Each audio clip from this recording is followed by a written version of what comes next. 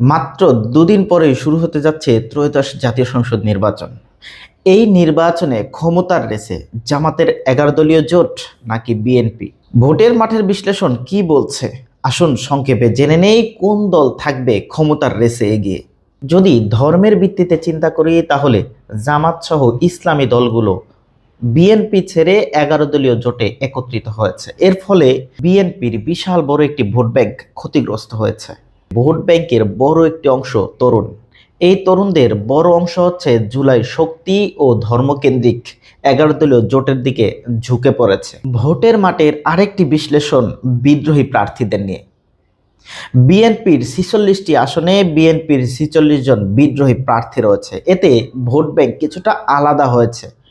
ভোটাররা ভাগাভাগি হয়েছে, দুটি দলে বিভক্ত হয়েছে। এতে 11 দলীয় ইসলামী যে জোট তাদের কিছুটা সুবিধা হয়েছে।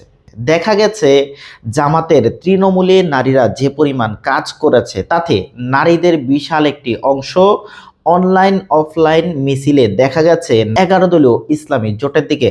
অন্যদিকে সামাজিক যোগাযোগ মাধ্যমগুলোতে 11 দলীয় জোট তথা ইসলামী জোটগুলো সবচেয়ে বেশি শক্তিশালী ও প্রভাবশালী হয়ে উঠেছে এবং এরাই বিএনপির নেতিবাচক দিকগুলো মানুষের সামনে সোশ্যাল মিডিয়াতে তুলে ধরতে সক্ষম হয়েছে, যাতে করে বিএনপির অনেক বড় একটি ভোট ব্যাংক বিনষ্ট হচ্ছে এবং শিফট হচ্ছে আলাদা দুই দিকে। এদিকে বিএনপির বিরুদ্ধে অপরাধ সংক্রান্ত তথ্যের অভিযোগে সুইং ভোটাররা মন্দের ভালো হিসেবে 11 দলীয় জোটের দিকে ঝুঁকে যাচ্ছে এবং তারা নির্ধারণ করে ফেলেছে অলরেডি কাকে ভোট দিতে যাচ্ছে। এদিকে ছাত্র সংসদ নির্বাচনে ভোটের মাঠে বিশাল একটি প্রভাব ফেলেছে।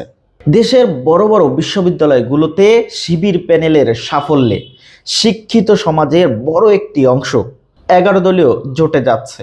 এদিকে বিএনপির গণভোটে দেরি ও অস্পষ্ট অবস্থানের কারণে জুলাই শক্তির অনেক বড় একটি অংশ বিএনপি থেকে দূরে সরতে বাধ্য করেছে। ভোটের মাঠের বিশ্লেষণ বলছে আধিপত্যবাদ বিরোধিতায় তরুণদের বড় একটি অংশ 11 দলীয় জোটের দিকে আকর্ষিত হয়েছে। কেননা 11 দলীয় জোট ভারতীয় আধিপত্যবাদের বিরুদ্ধে স্পষ্ট অবস্থান থাকার কারণে তরুণদের বড় একটি অংশ 11 দলীয় জোটের প্রতি আকর্ষিত হয়ে 11 দলীয় জোটের প্রতি ঝুঁকে পড়েছে। এদিকে হাদি হত্যার বিচার নিয়ে 11 দলীয় জোটের দৃঢ় অবস্থান এবং বিএনপির নীরবতায় 11 দলীয় জোটের প্রতি জনসমর্থন ধীরে ধীরে বেড়ে যাচ্ছে। সব মিলিয়ে যদি সুষ্ঠু নির্বাচন হয়, ভোট দখল, ইঞ্জিনিয়ারিং কেন্দ্র দখল, ডামি ভোট যদি না থাকে তাহলে বিএনপির জন্য সরকার গঠন করা অনেক বড় চ্যালেঞ্জ হয়ে দাঁড়াবে।